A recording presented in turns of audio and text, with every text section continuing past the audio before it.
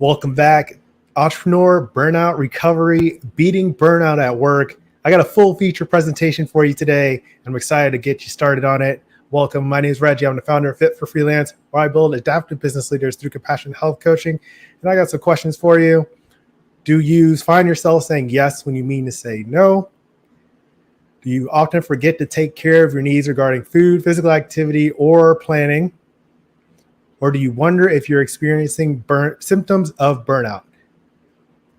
Problem is, if you're having issues with managing your stress, it's going to affect pretty much every other category in your life in terms of eating healthy, weight loss, physical activity, how you manage your finances, your time management, controlling your emotions, disease prevention, living healthy, parenting, depression, and older adult care. It's going to affect everything. So we want to make sure you can manage your stress. And that's what I'm going to give to you in this presentation. I'm going to tell you all about it so you can learn the importance of letting your health support your business so that you can work at a top company in the comfort of your own home. And the big thing I want you to do is I want you to make sure that you're leading the healthy, fulfilling life of your dreams. So what's going to be different about this presentation is no guilt. My entire thing is built on a guilt-free framework, the guilt-free game plan. It's all about this. And this at the end or in the description below, you can get a link to this burnout assessment test that I designed based on a study I found. I'm going to talk about it in this presentation. You can also get the health and business goals checklist. That's at fitforfreelance.com/burnout. Click like if you're watching this, and then you can watch this in 2x speed. And eventually, I'm doing this live now, but I'm going to go back and put timestamps so you can see the topics that I cover in this presentation. I love this one. It's a good one for you. And this is based on the presentation, Fighting Burnout at Home, the Hidden Value of Health Habits. This is what I gave at the 2022 American Medical Writers Association Conference at the end of November. It's such an important case study that I wanted to make sure I put it on my YouTube channel and then share parts of it across social media so you have access to it as well. This is based on the testimonial from my client, Lindsay. I made a YouTube video about it. That's in the description below as well. Beat burnout and lost weight. It's a really good case study. So if you're looking for more of an interview, hear her direct stories and what she said in that interview, then that's a great way to get that in there. Otherwise, I'm going to break it down in kind of a medical science case study way so you understand the burnout, the symptoms of it, what she said, and kind of a case report, what we did together so you have a clear picture. So here are your top 5 stress symptoms when you look at it.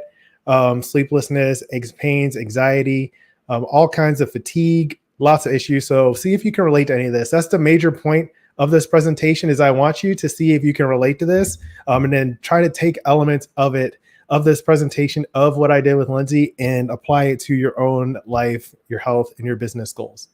Okay.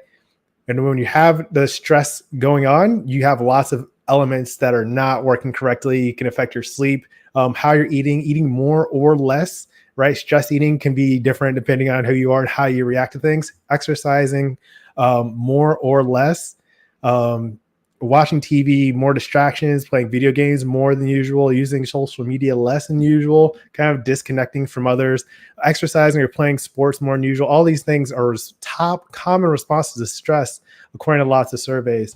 And we want to make sure that you have the skills and the tools to manage your own stress. A little bit about me. If you haven't been watching me on YouTube, I've got degrees in nutrition, master's in medical science, work in public health as a public health nutrition educator, and then got a graduate certificate in positive behavior support. I do freelance medical writing, also personal training, and I started Fit for Freelance as a way to express this in an online manner. I'm also a certified worksite wellness program manager from National Wellness Institute, very associated with the American Medical Writers Association, even though they don't endorse me personally. You know, it's just my own personal business affiliation. And I have fitforfreelance.com. So that's a little about me and why I'm qualified to give you this presentation. A little bit more of my background. I've given lots of these kinds of presentations in terms of health, medical writing business, stress management, becoming a better business leader, all about managing your health, stress less, feel great, work better, wellness planning, all that stuff. So if you have questions about wellness, health, business, how these things interact, let me know because I'd be glad to help. Just send me a message, Reggie at fitforfreelance.com. I'm all over social media, easy to find that way. All right. And then what I'm going to cover in today's presentation, summarize the impact of lifestyle choices on stress management, productivity, and quality of life. assess personal risk of burnout from work-related stress. Say that 5 times fast. And then select a realistic strategy to increase work capacity and enjoyment. So that's a good lineup here. This might take about 35, 40 minutes. So hang in there, come back, take it in chunks. I'll be splitting it up too. And the major mission I have is make health an engaging part of the entrepreneur experience by inspiring confident ownership of your path to freedom and fitness. That's what I'm all about. That's the whole mission behind why I started Fit for Freelance. Everyone has ideas and health tips and things that could work or you could do, but do you actually apply it, and do you let your health support your life instead of having it be something you just hear about or an additional chore, something that takes away from all the other things that you want to do? You want to make sure it fits in and it makes you better, makes you more confident, helps you run your business. So here's a little issue with stress. This is the stress curve. All right. So on the top, on the left side shows your performance as you go up, and then your stress is on the x-axis at the bottom. And so what you see is as you need some stress usually to get some things done. This is kind of on that left side of eustress. It's what is getting you to prepare and study or get ready to do anything you have to do. So if you have a vacation coming up soon, you start to think like, okay, I'm going to need a place to stay on vacation. I need to book my flights. And so that is eustress usually when it starts out, because you're like, all right, I want to make sure I get this done. Otherwise, you just don't book those kinds of plans and like have a place to stay, right? And then as you go up on this chart or to the right, your performance increases up to a comfort zone. And that's when you're typically hoping to run your daily activities in your comfort zone, where you're not like bored, disengaged or anything like that, but you feel like you can manage it. And then you can go a little bit beyond your comfort zone. But once you start going further, right, and increasing your stress, say you have a deadline coming up or you have a bunch of projects coming up simultaneously, then that's when you get into that distress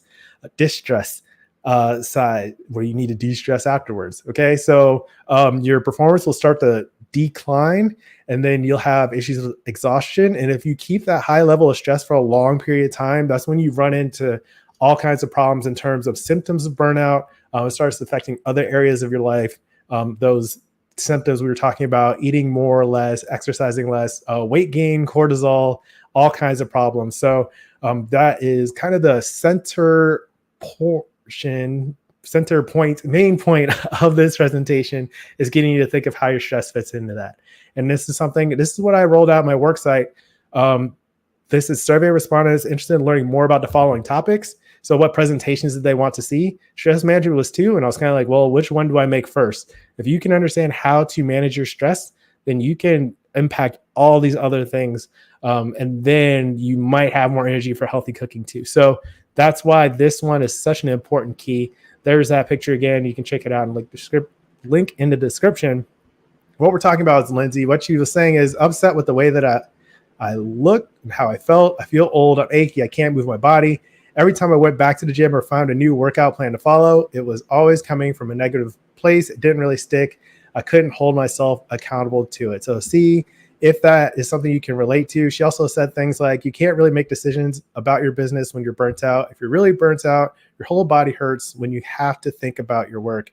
I just had to focus on what was going to make me feel better and let go of controlling all the outcomes. So this is kind of typical. A lot of my new clients will have some symptoms of burnout or kind of schedule management, time management.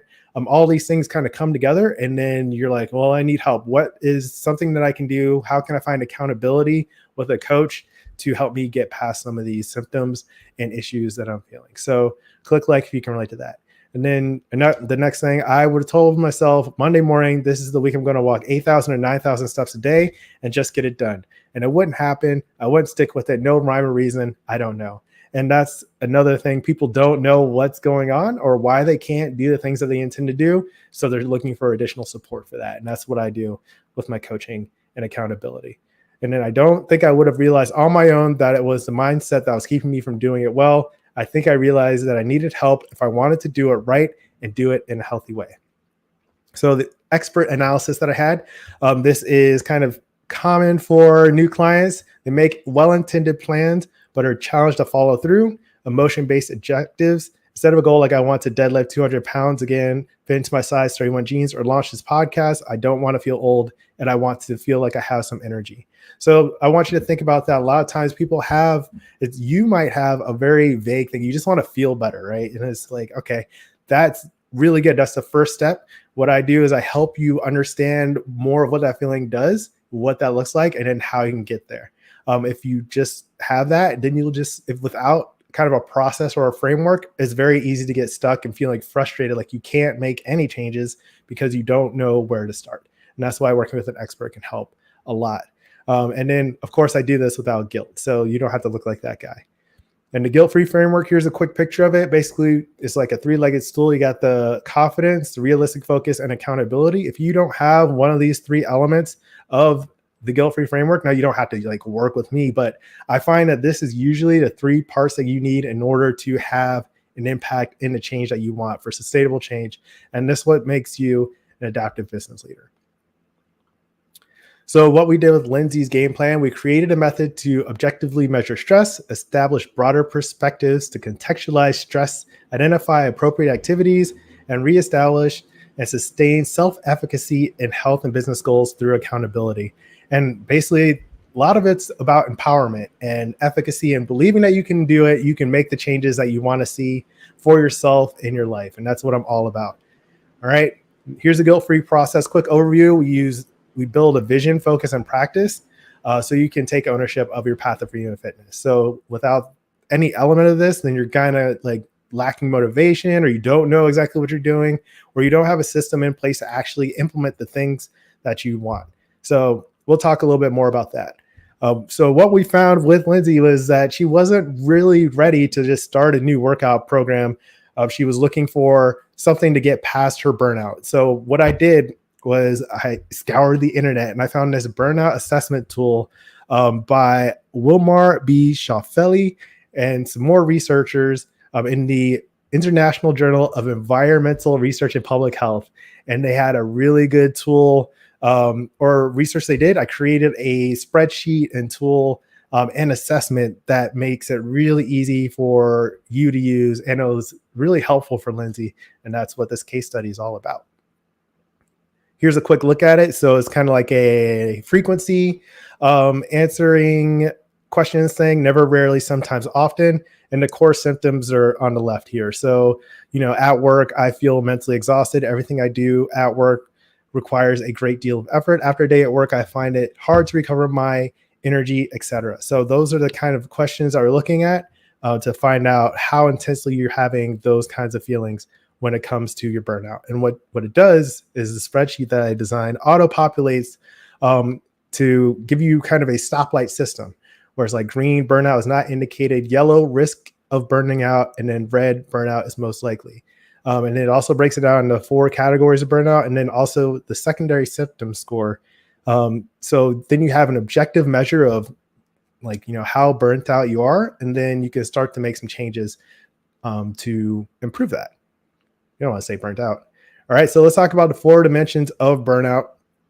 Exhaustion, severe loss of energy that results in feelings of both physical and mental exhaustion. So if you're lacking energy to start new work, you feel exhausted at the end of the day, every day, you're feeling tired, or inability to relax after work. If your mind is still cycling through all the things you did, or you're already starting to look forward to the next day and try to figure out what you have to do, then that's going to lead to exhaustion. You're going to feel pretty tired. And then even waking up the next day feeling like, oh man, I feel like I just stopped working. I had to go back to work. That's going to have an impact as well. Next is emotional impairment, intense emotional reactions and feeling overwhelmed by one's emotions, specific symptoms, feeling frustrated, angry, irritability, overreacting, feeling upset or sad without knowing why, and feeling unable to control your emotions at work. These are all symptoms of emotional impairment, and that is actually stress related. So some people are more sensitive to others in their environment, but this emotional impairment can increase as you're experiencing more stress in your life.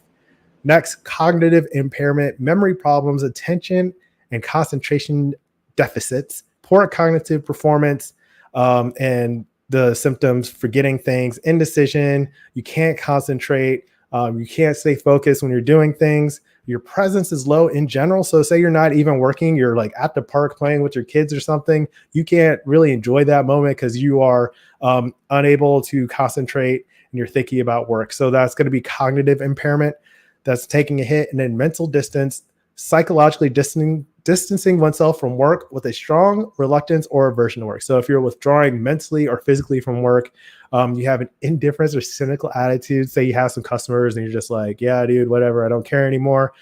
Feeling like you're functioning on autopilot. That's a common one for entrepreneurs. You just going through the motions. You can't even get like an understanding of what you're doing because you're just so like checked out. You're mentally distancing.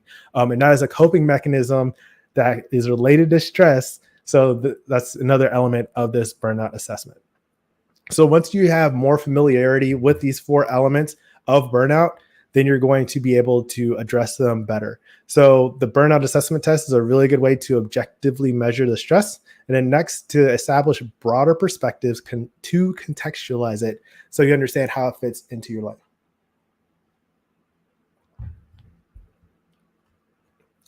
Next, vision. So looking at a bigger picture for what you're doing with your health and your business and your entire life.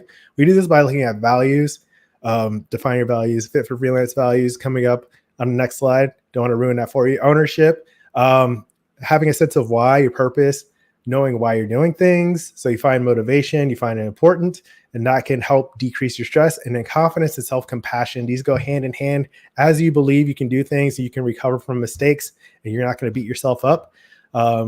And you believe that you're worth it. All these things add into a really powerful vision for yourself. And these are the values I have at Fit for Freelance: ownership, compassion, adaptive, science-based, and engaging. It all starts with ownership, taking charge of the healthy, fulfilling life of your dreams and believing that you're worth it.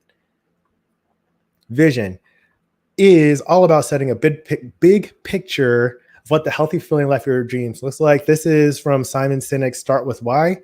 Knowing why and having a sense of purpose really is the core of everything that you're doing. So I want you to lead a healthy, fulfilling life of your dreams. That's my vision. And I want you to be able to define that. So what I often find is people haven't clearly defined their vision for what they're doing with their business. They're just going through the motions. They're working extra hard, but they're not sure how this fits into the bigger picture. Or if you have a goal, say you want to lose weight or start living healthier, but you don't really know why you're doing it, then that's going to keep you stuck. You're going to like, oh, I don't feel like doing it today. What's so important about that? You lose motivation, and then you're like not on track for the habits that you want to establish. So that's why having this start with why, understanding the purpose of what you're doing, that can inspire you instead of like driving motivation, like making yourself trudge through the actions that you want to take.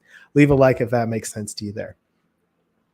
Okay. Common reasons to eat healthier. This is from one of my presentations that's in the Health Confidence Club, healthconfidenceclub.com. Eat healthier, anything that you want to do healthier, putting a context behind it. So if your doctor says like this is going to help you live longer, it's going to be better for your health and your heart. If you're experiencing lots of stress and fatigue, if you want to enjoy more family time, be more present with the people you love, if you want to reduce the medications or the potential for needing medication in the future, or if your clothes are fitting too tight, any of that, these are really common reasons to eat healthier and make those kinds of changes for yourself. Next, after establishing a vision, we're looking at a bigger picture. So this is really a big part of the guilt-free game plan, is setting targets, looking at objectives. So you have your 10-year target, your 3-year picture, your 1-year plan, and then a quarter. So the game plan is 14 weeks. And then looking at how all these things align and build up so you can do them. So here's a zoomed in picture. The 3-year plan is on the left. You're looking at your measurables. And then this is kind of a more openly defined kind of thing, you know, so what does it look like? And once you start to imagine what the healthy, fulfilling life of your dreams looks like, or what the future of that looks like, you're able to better take steps towards making that happen. Instead of just having a generic idea or, you know, feeling like you should do something different today, when you have a clear picture of what you're going towards, then it's easier to line up. It's kind of like setting a target destination on your GPS, right? Like, oh, well, yeah, I can get there somehow kind of thing. But if you put it in your GPS, you get a few different pathways you can get there, and it makes it more clear. And that's what's up in this middle section here. this is your 1 year plan. And these are things that are going to help build to that 3 year plan. And then similarly with the quarter, the 14 weeks, they add to the 1 year. So you see how all these things make it so your vision isn't some castle in the sky, distant imagination kind of thing. It is like a real thing that you can actually take steps to reach there. So once you have that vision and focus, you're able to establish a broader perspective to contextualize stress. And then next, you can identify appropriate activities to reduce the stress as well. And that's what we talk about with the focus, setting the right targets, scheduling training and follow-up, accountability, and then simplifying it so it's something that you actually want to do. So these are some of the things that Lindsay and I came up with, planning weekly meals, increasing the steps, daily exercise and physical activity, fruits and veggies. She follows a keto diet, so manage her net carbs. I am not big on all or nothing diets in my coaching thing, but I do want to create systems. So if you want to follow a specific diet or meal plan, I can help you with this kind of accountability. Okay. Reading her visualization daily, et cetera, et cetera. So these are kind of the targets. You set some priorities instead of thinking of all the things you can do, and you pick some things that work for you. And then here are some of the things that you can take from this presentation. I've made lots of how-to videos on this kind of content.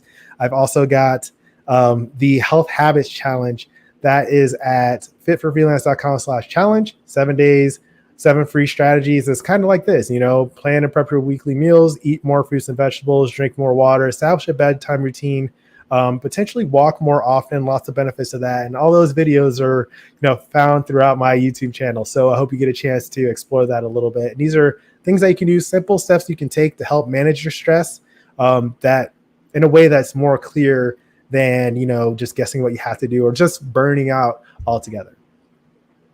So a really good thing about exercise, I've talked about this in a couple of presentations, is that physically active people are more happy and more productive because it increases neurotransmitters like serotonin, and that increases feelings of well-being, happiness, and increases production of BDNF, which reduces your stress and boosts your serotonin. So if you want to feel less stressed, then getting more active does that. And that is a virtuous cycle because as you release this BDNF, then you have more serotonin, so you feel better. So it's a continuously circular thing to help you manage your stress. Another one, exercise versus anxiety. Participants in a 2-week exercise program decrease their sensitivity to anxiety because you learn how to associate your increased heart rate and sweating with safe activities instead of danger. So you're teaching yourself like, hey, my heart rate might go up a little bit, but this is definitely manageable and I am in a safe space. Next, exercise versus depression. Exercise is comparable to antidepressants in patients with major depressive disorder. So that's another huge benefit of exercise regarding stress management. And then exercising more frequently can decrease your risk of over 35 chronic health conditions. So diabetes, pain, constipation, cognitive dysfunction, some of these really dangerous things too, right? I mean, I guess it's all dangerous: a stroke, heart attack, heart disease, top causes of death. So if you're not exercising often enough, then you're going to potentially run into more problems with this. And this is a big part of worksite wellness program management and why I started Fit for Freelance. So people who work from home have this kind of support and recognize that, it's not just about getting in shape and being fit and being all ripped and sexy and whatnot. It's also about protecting your health so you can, enjoy your life and not die prematurely. And this is what I talk a lot about on my YouTube channel. So here's some thumbnails of pictures, having a lot of fun in the studio. Okay, so that's how we identify appropriate activities to reduce stress response, sensitivity, and perception. So you have more energy and you feel less stressed out. It's not just about actually, breaking out a sweat and getting all exercised up. It's about reducing your stress so you can do more work, live better, feel better, etc. And next, we're going to reestablish and sustain self-efficacy with our goals. And this is the practice element of it. So continuous progress, celebrating ongoing success, and cycles of executing and adapting. So a lot of times entrepreneurs will have challenges with execution, because like if you're a very visionary kind of person, you might be like, this is a really good idea. And then you start it and you're ready to go, or same with like New Year's resolutions. But the execution can be a challenge, or you think it's going to go one way and then something unexpected happens and then you just give up, right? And that's why the adaptation, being adaptive, is so important too. And that's why it's a continuous cycle between executing and adapting, and then celebrating your ongoing success. So you're like, oh, wow, I'm doing it. I'm actually in the practice of doing this. And that's how you are leading the healthy, fulfilling life of your dreams day by day, when you're in the practice here. So a recap of what Lindsay was saying, I would have told myself Monday, this is the week I'm going to walk 8,000 or 9,000 steps a day and just get it done. And she doesn't know why she wasn't doing it. All right. And this is what I talk about with practice. And then on the first week, I was like, just get 5,500 steps in a day. A lot of times when people are starting out new goals, my new clients are starting goals, are like, I don't know, that's not going to do anything. That's kind of weak. The thing is, if you take a smaller step or like an intermediate step, that's going to be infinitely better than you not taking any steps at all, or thinking to take a big step and you don't actually get started. Leave a like if that makes sense to you here, because this is a big point when it comes to practice, is actually doing some of the things that you intend to is way better. And then as you do that, you build that confidence up, right? Achieving small goals and feeling good about it is like putting gas in your tank to tackle bigger goals, is what Lindsay said. So if you think about it, when you have that confidence, you're like, oh, I can do it. Like, I'm actually taking these steps. You feel good and we're celebrating. I'm like, oh yeah, like that's a really cool thing that you weren't doing before. Now you're on the right track. That's how you use realistic focus and practice to take ownership of what you're doing. And this is a big thing. It's my tagline: building adaptive business leaders through compassionate health coaching. That's what I'm all about. And so like, it's not just about, exercising more or like reducing all those chronic diseases I've been talking about, or, living longer, I guess, or being more productive at work. These are all really good things, but these are actually life lessons that I love to teach through health coaching, because it's a very tangible process. When you're eating healthy, how your body feels, or when you start walking more often, and then like you have that energy, you feel it, like your heart beats different, you have like a brighter outlook on your day. And then if you have a shorter term goal or something like weight loss or having more energy, then you have that and you start to think like, okay, what else can I apply this simple process to? It is simple. It's not always easy. You have to break it down into pieces sometimes, but what else can I apply this to in my life so I can make that idea that I have for myself a reality? And so this is what I'm all about: building adaptive business leaders through compassionate health coaching. It's the beginning of all my videos, and I talk about it a lot. So if you're ready to talk about results, let's look at it. Leslie took her Burnout Assessment Tool score from 2.69 in week 2 to 1.74 in week 8. And the risk of burnout is 2.59 plus. So she was higher and then she was lower. And then she also had some scores she was looking at. Her presence self-score out of 100 increased. So she felt like she had more presence, more energy here. Average daily steps, so she was walking more often. And then waist measurement decreased and she went down 2 jean sizes. That was something that was fun about the interview. That testimonial interview was like, for me in my mind, I'm just like, yeah, like let's just focus on this process. This is an exercise that you want to do. This is, the adjustments you want to make, all that stuff. This game plan is amazing. And she's like, don't forget, Reg, I dropped 2 jean sizes. Like, oh yeah, like my whole thing wasn't based on weight loss. It's just that more people search for weight loss and stress management stuff than like leading the healthy, fulfilling life for their dreams. So I was like, okay, fine. I'll meet you where you are. I'll teach you guys how to lose weight, but I'm teaching you the same process to lead a more fulfilling life. And that's what it's all about here. So of course, it's a nice side effect too. If you have plans for weight loss, then this can definitely help out too.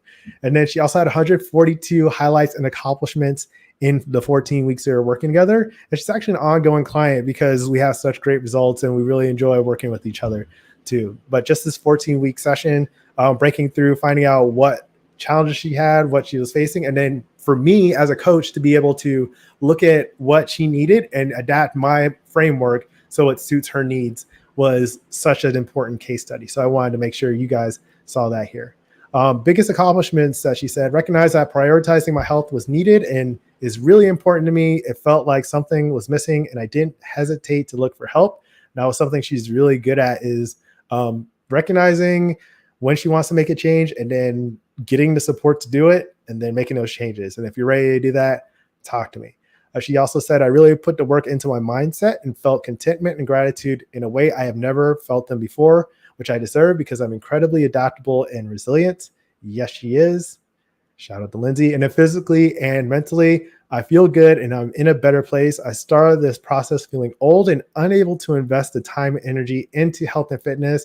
And now I am investing in that area and it's coming naturally. And that's something that I'm always talking about when it's like guilt-free. It's the guilt-free framework, it's guilt-free process. And a lot of times people will try things. Maybe you have someone in your family who is not supporting you. They just like think you're fat or whatever. Or, people online give you really bad advice.